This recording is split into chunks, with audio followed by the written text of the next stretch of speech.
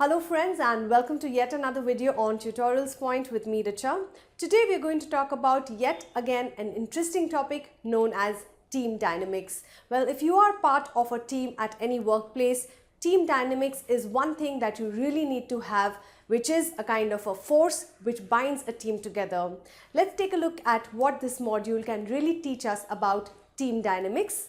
So, well, on the agenda today, we will talk about what exactly do we mean by the term team dynamics, how do we build team dynamics, what are group dynamics in a team and the benefits of team dynamics. Also, we will talk about how does team dynamics affect the high performance teams in the current times that we are living in.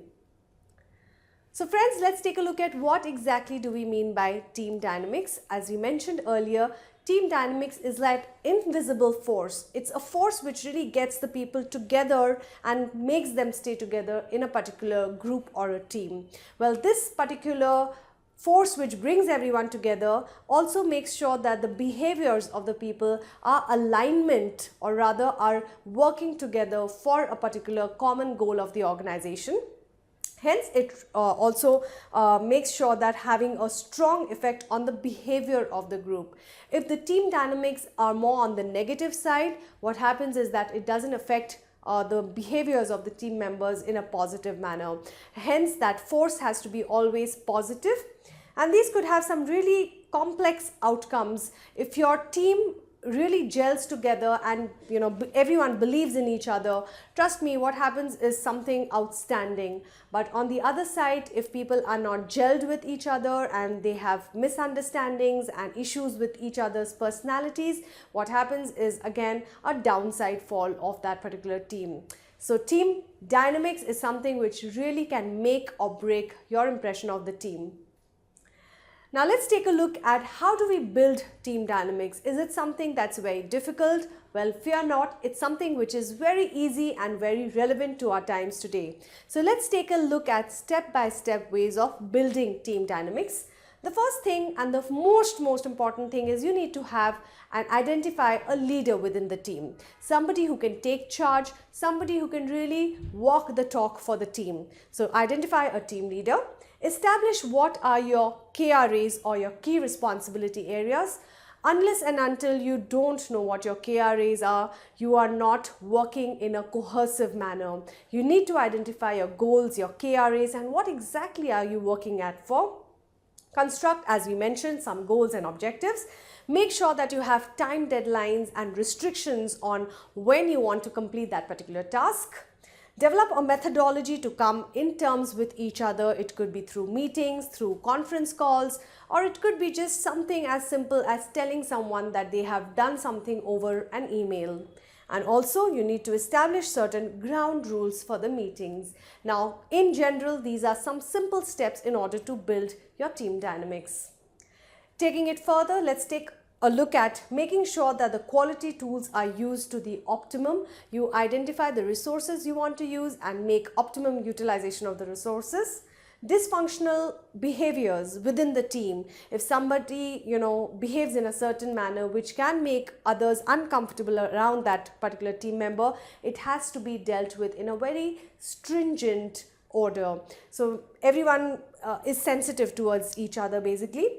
Everyone in the team must be quick to respond and also identify this very important thing that people are dependent on you for completing the task which in turn goes to them. So this interconnectivity within the team makes it imperative for every individual member to understand that they need to be quick in completing their particular task so that the project gets completed on time.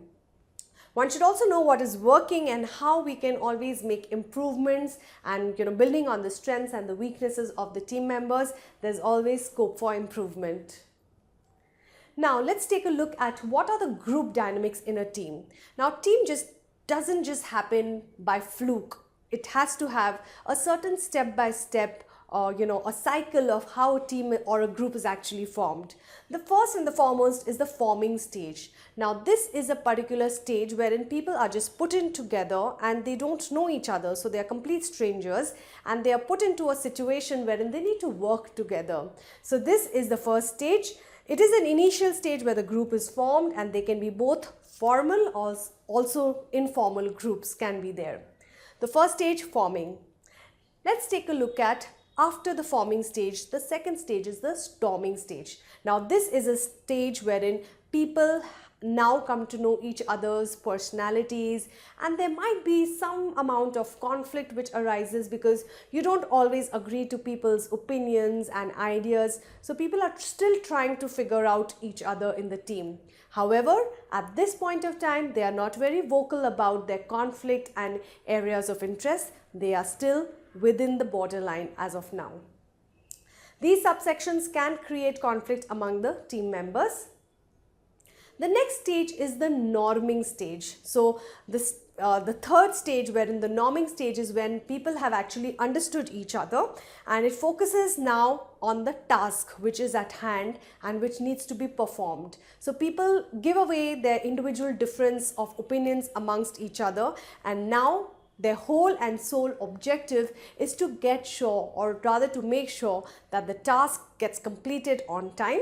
So in this particular segment, they are also seeking out to each other, in the group. Rules are made, definite restrictions are put, certain deadlines or timelines are put in place. This stage solidifies the group structure and gives the members a sense of belongingness and engagement within that team.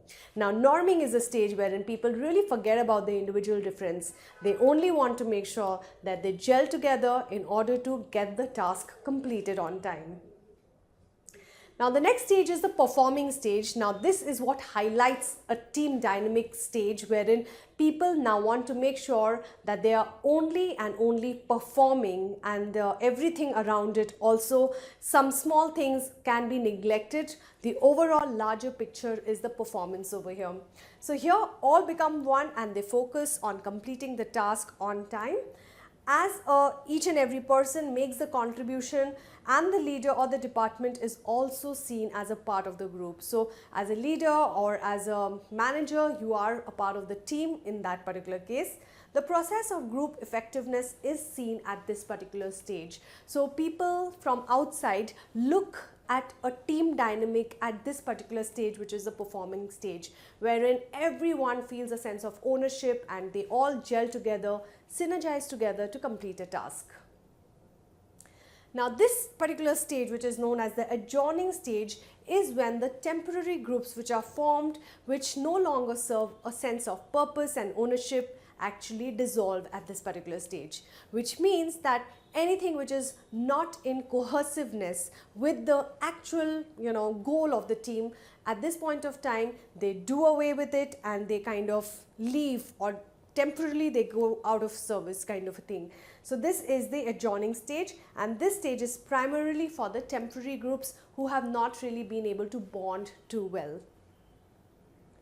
Well, let's take a look at what are certain benefits of team dynamics. Well, it's important that if you're working in an organization, team dynamics are something that can really help you stay together and make sure that you get that kind of respect from the other teams and departments as well. Certain benefits are mutual support to the team. The group members work more effectively. They are able to come together and accomplish a task in the timeline and the deadlines. Working towards a common goal really gives the sense of ownership and engagement. They also feel very loyal towards the team, and that's again a benefit. It also makes sure that you are making sure each and every individual brings his or her own skills and experience to the table. So individual preferences and opinions are really taken with a lot of seriousness, if I may say that. Work on developing effective teams. The members must be given some authority over their area of work, and they have to be making sure that they are not misusing this particular authority. When individuals get a feeling of authority, trust me, they can really do wonders within team dynamics.